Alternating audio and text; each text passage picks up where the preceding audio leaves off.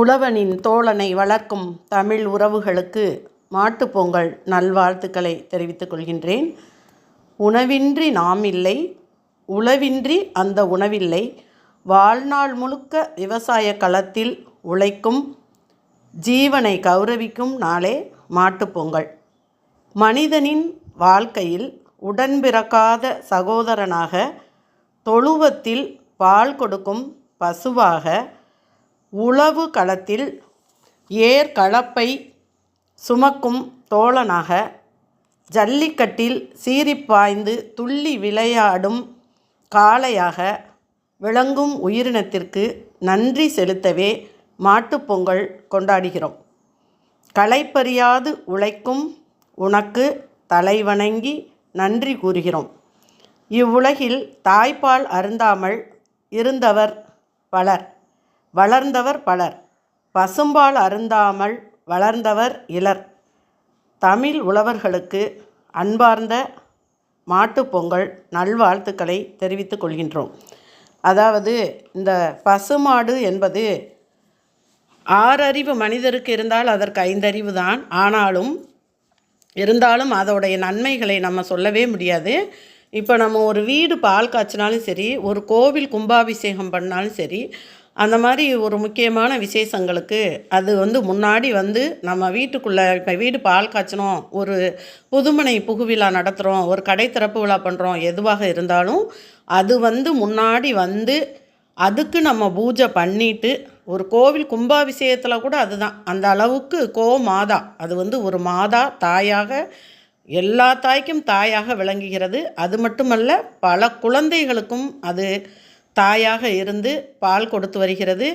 அந்த பாலிலிருந்து நாம் நெய் பார்த்துக்கிறோம், தயிர் சாப்பிட்றோம். அந்த மாதிரி நம்ம அந்த சாணங்கிறது அப்போ அந்த காலத்துலலாம் இப்போயும் உண்டு. கிராமத்துலலாம் பார்த்தோன்னா அந்த சாணத்தை எடுத்து கையில் நல்லா கரைச்சி தொளித்து கோலம் போடுவாங்க. அந்த வாசலே அப்படியே லட்சுமிகரமாக இருக்கும்.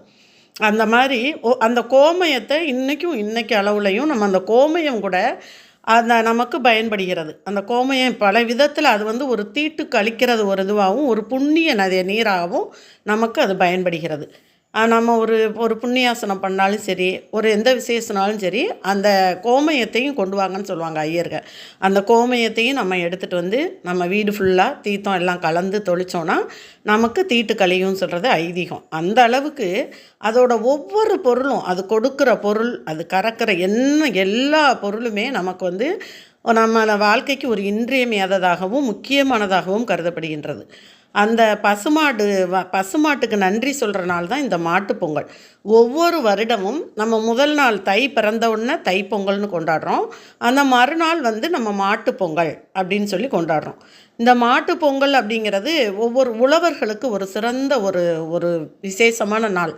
நம்ம இன்றைக்கும் பார்க்குறோம், கிராமத்துலலாம் பார்த்திங்கன்னா இந்த மாட்டுப்பொங்கல் அன்னைக்கு அவ்வளோ ஒரு சிறப்பாக நாங்கள் கூட போயிட்டு வந்துட்டு இருந்தோம். ஊருக்கு போயிட்டு வரும்போது வர்ற வழியிலலாம் ஒவ்வொரு நாளைக்கு மாட்டுப்பொங்கல்னு சொல்லி அறிவித்து ஒவ்வொரு திருவிழாக்கள், விளையாட்டு போட்டிகள் அப்படின்னு சொல்லி பல இது அறிவிச்சுக்கிட்டு இருக்காங்க. உண்மையிலே ரொம்ப ஒரு மனதிற்கு ஒரு மகிழ்ச்சியாக உள்ளது.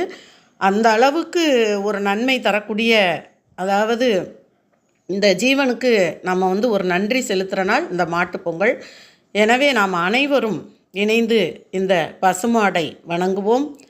இந்த ஜீவன் பசு இல்லாமல் நாம் இல்லை, அதை பசு இல்லாமல் உழவில்லை. இந்த மாதிரி ஒவ்வொரு இதையும் நம்ம புரிஞ்சுக்கிட்டு இந்த கோமாதாவை மனதார நினைத்து இன்று வணங்கி வந்தோமானால் நமது வாழ்க்கையில் சகல சௌபாக்கியங்களும் கிடைக்கும். அது மட்டுமல்ல, இன்று வணங்கக்கூடிய ஒரு முக்கியமான ஒரு ஜீவன் இந்த கோமாதா தான். இந்த கோமாதாவை நிச்சயமாக ஓம் கோமாதாவே போற்றி போற்றின்னு சொல்லி நீங்கள் வணங்குங்க. மேலும் இந்த கோமாதாவை வணங்கும்போது முதலில் பின்னாடி கூடி அந்த வால் பகுதி, அந்த இடத்த தான் நம்ம தொட்டு கும்பிடணும். கும்பிட்டுட்டு தான் அதுக்கு பிறகு முன்னாடி நம்ம கும்பிடணும். அந்த மாதிரி நம்ம கும்பிட்டோன்னா நிச்சயமாக நமக்கு என்னென்ன வாழ்க்கையில் நிறைவேறாத ஆசைகள் இருக்கோ எல்லாம் நிறைவேறும். அது மட்டுமல்ல, நாம் ஒவ்வொருவரும்